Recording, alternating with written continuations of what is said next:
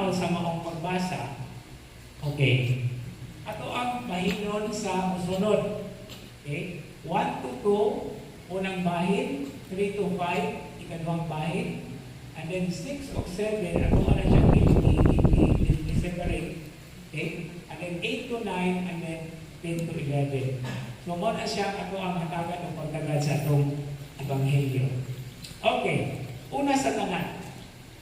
Kining maong Ebanghelyo, kining maong reading, kining maong episode, kung inyong tanawon ang mga study Bibles, ay gano'n ko naan din siya sa mayong balita, kanang mga ano ba? Kanang dili sama sa New American Bible or any other version. Ano na ni bracket? Unya, ang kuan pa yun, ang nakanindong ni kay kining moong bracket, adunay kalambigitan o appeal ang gitawag og chapter 7 verse 53. No? So kay chapter 8 man verse 1, na ay appeal ang 7:53. Pero ang importante natong tanawon is kanang bracket. Kay ngano man kini mo ang bracket na ilagay kayo nga mo ipasabot. Ug usa na sa ato ang isgutan karon. Pero ako mahinumduman ang ako ang professor sa una nga giingon.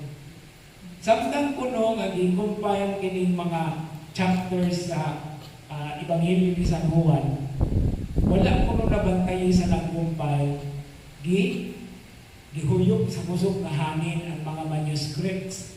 Mo to nga iyang gikulit ka balik. Kunya kining maong episode diri na butang. Okay? Itawag ni siya o floating narrative or floating episode. Because if you take that out, what they are doing maon sa Ebanghelyo ni San Juan. Pero naasay mahinungdanon kaayo na gipakita. And that is what we're going to talk about in verses 1 and 2. Okay. In verse 1, in brackets is while. Kaya nga naman, sa lectionary, nagsugod diha, mahitungod ni Jesus going out to Mount of Olives. That is already the second, that is already verse 1. Pero ang gisundan ana, niingon diri, verse 7, chapter 7, verse 53, then each went to his own house. Kinsa maning each went to his own house? Mao ni ang mga Hudiyo. No? Kay there was a discussion about the Messiah, the origins of the Messiah, and then after the discussion, na maulit sila. Okay? Which is actually a signal that it is already evening. Okay? But what did Jesus do? Jesus went out to the Mount of Olives. But early in the morning, he arrived again in the temple area, and all the people started coming to him, and he sat down and taught them. Okay. So, nindot kayo ni nga magpahiluna kay kining duha ka bersikulo, muni siya gitawag og ang kanang intermission siguro or something like ipahiluna muna ang episode. Okay, now, this reference about Jesus going to Mount Olives and then in the morning going to the temple seems not proper to John's Gospel. No?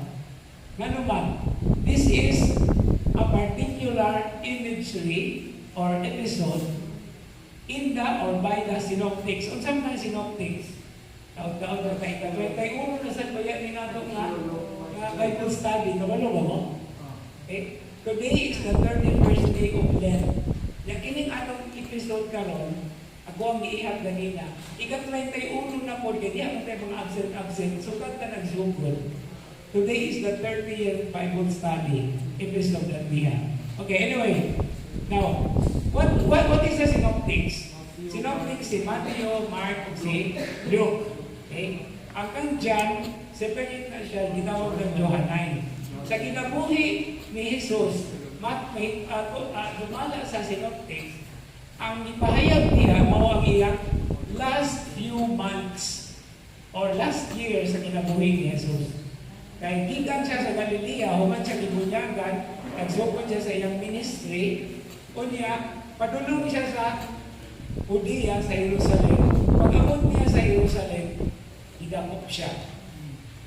At antos, ilansang sa cross na matay, nilubong na banaw.